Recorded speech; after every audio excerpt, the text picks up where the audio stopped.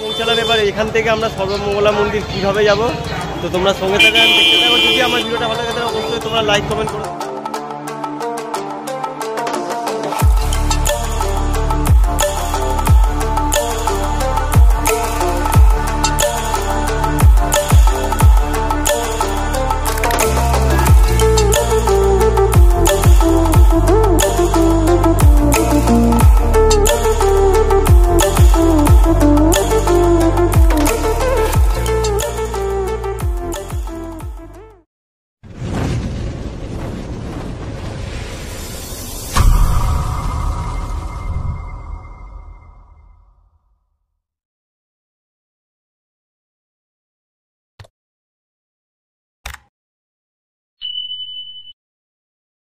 নমস্কার বন্ধুরা, কেমন আছো? আজকে আমাদের বর্ধমানের তৃতীয় দিন। তো আজকে তোমাদেরকে নিয়ে যাব বর্ধমানে অতি প্রাচীন একটি মন্দির, বর্ধমানের সর্বমঙ্গলা। তো নমস্কার বন্ধুরা, চলে এসেছি আর একটা নতুন ডেস্টিনেশন ব্লগ নিয়ে। তো আমাদের পেছনে এখন বর্ধমান স্টেশন।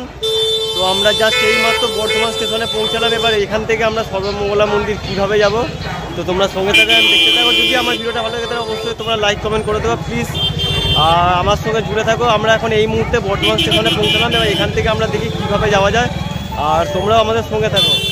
তো এখান থেকে চায়ে টোটোর ব্যবস্থা করবো, দেখা যাক টোটো করে আমরা এখানে যাব। তো তোমরাও সঙ্গে থাকো, আর দেখা যাক টোটোতে আমাদের কতক্ষণ লাগে। তোমরা কিন্তু অবশ্যই পুরো ভিডিও জুড়ে থাকবে। চলো দেখতে থাকো। বর্ধমান স্টেশন থেকে আমরা একটি টোটো নিয়ে নিলাম। আমাদের টোটো ভাড়া পড়লো জনপ্রতি 20 টাকা করে। সময় লাগলো আমাদের 20 মিনিট থেকে 25 মিনিটের জন্য, একটু জ্যামের জন্য। আমরা অবশেষে মন্দিরে এসে পৌঁছালাম। মন্দিরের সামনে রয়েছে কিছু ফুলের সামগ্রী দোকান। এখান থেকে তোমরা ডালা কিনে মন্দিরে পুজো দিতে পারবে। তো হ্যালো বন্ধুরা, চলে এসেছি আজকে একটা নতুন ডেস্টিনেশন ব্লগ। তো আজকের ব্লগ চলে এসেছি আমাদের বর্ধমান থেকে প্রায় 3.5 কিলোমিটার রাস্তা, বর্ধমানের জাগ্রত মা সর্বমঙ্গলা। তো তোমরা এই মন্দিরে কিভাবে আসবে সমস্ত তথ্য দিলাম। বর্ধমান স্টেশন আসবে, বর্ধমান স্টেশন থেকে টোটোতে 10 থেকে 15 মিনিটের রাস্তা আসলেই তোমরা আসতে পারবে সর্বমঙ্গলা মন্দির। তো পেছনে আমরা দেখতে পাচ্ছ সর্বমঙ্গলা মাতার মন্দির, চূড়াটা তোমরা দেখো। তো আই হোপ যদি এই ভিডিওটা আপনাদের ভালো লাগে তাহলে অবশ্যই লাইক কমেন্ট করে দেবেন। তো নতুন নতুন ডেস্টিনেশন আর এরকম ভিডিও দেখতে হলে চ্যানেলটি সাবস্ক্রাইব করে পাশে থাকবেন। তো দেখা হচ্ছে আরেকটা। মন্দিরের শুরুতে প্রথমেই রয়েছে দুটি পাশাপাশি শিব মন্দির। দুটি শিব মন্দিরের পাশে দিয়ে যে রাস্তাটা বেরিয়ে যাচ্ছে ওটি মেন মন্দিরে যাবার বা বর্ধমানের মা সর্বমঙ্গলা মন্দিরে যাওয়ার রাস্তা। তো দুটি শিব মন্দির আপনাদেরকে দেখিয়ে তারপর আমরা যাব আমরা সর্বমঙ্গলা মন্দিরে। এটি সর্বমঙ্গলা মন্দিরের পেছন সাইডটি।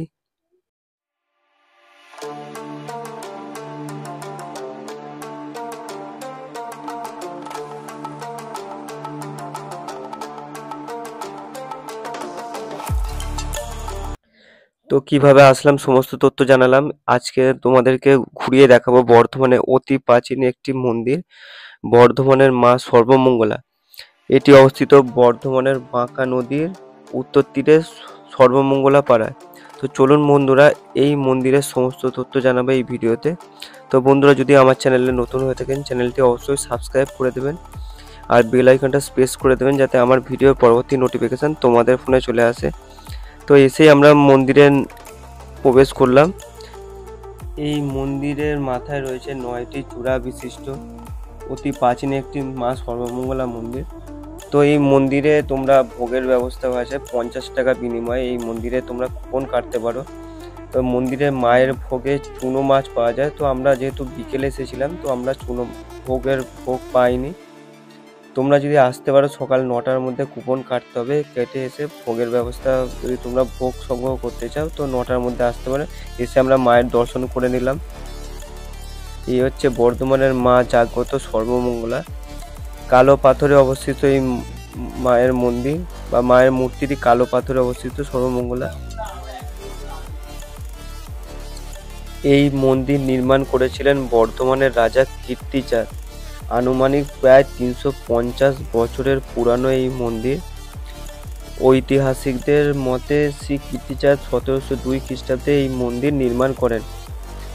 কলকাতা তোমরা যদি আসতে চাও কলকাতা থেকে হাওড়া বর্ধমান কট লাইন হয়ে আসতে পারো বা হাওড়া বর্ধমান মেন লাইন হয়েও আসতে পারো মা সর্বমঙ্গলা মন্দিরের মায়ের দর্শনে। এই মন্দিরে মায়ের কোষ্ঠী কালো পাথরের মূর্তি, অষ্টদশভুজা সিংহ বাহিনী, দৈর্ঘ্য 12 ইঞ্চি, প্রস্থ 8 ইঞ্চি। এখানে এসে তোমরা মায়ের ভোগ গ্রহণ করতে পারো। এই বর্ধমানের মা সর্বমঙ্গলা বর্ধমানবাসী প্রাণের দেবী।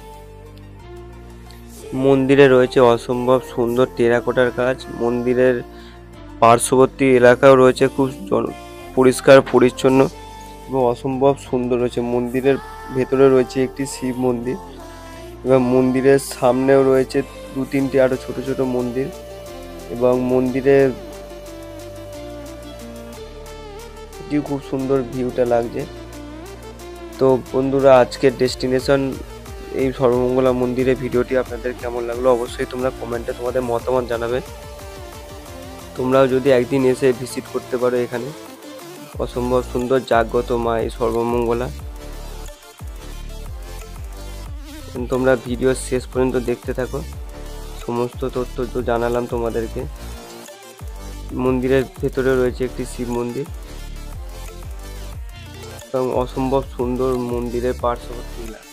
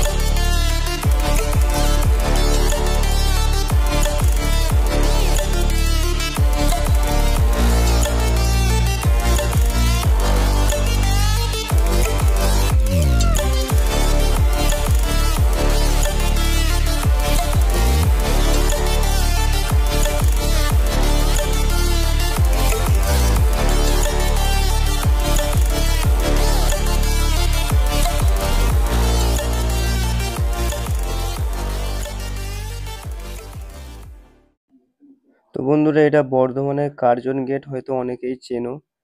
তো আজকে আমাদের বর্ধমানের শেষ দিন, এবার আমাদের বাড়ি ফেরার পালা। অবশেষে আমরা এখন বর্ধমান স্টেশনে এসে পৌঁছালাম। এখান থেকে আমরা বর্ধমান স্টেশনের দিকে যাব, এসে ট্রেন ধরবো, তো ধরে বাড়ি যাব। তাই হোক বন্ধুরা, আমাদের এই ব্লগগুলো আপনাদের কেমন লাগলো, এর আগে আমার ভিডিওগুলো যে দেখেনি দেখে নেবে অবশ্যই। আজকের ডেস্টিনেশন সর্বমঙ্গলা মন্দিরের ব্লগটা আপনাদের কেমন লাগলো, যদি ভিডিওটা ভালো লাগে লাইক করে দেবেন, কমেন্টে মতামত জানাবে আপনাদের। দেখা হচ্ছে আরেকটি নেক্সট ব্লগে। ততক্ষণে সবাই ভালো থাকবেন, সুস্থ থাকবেন।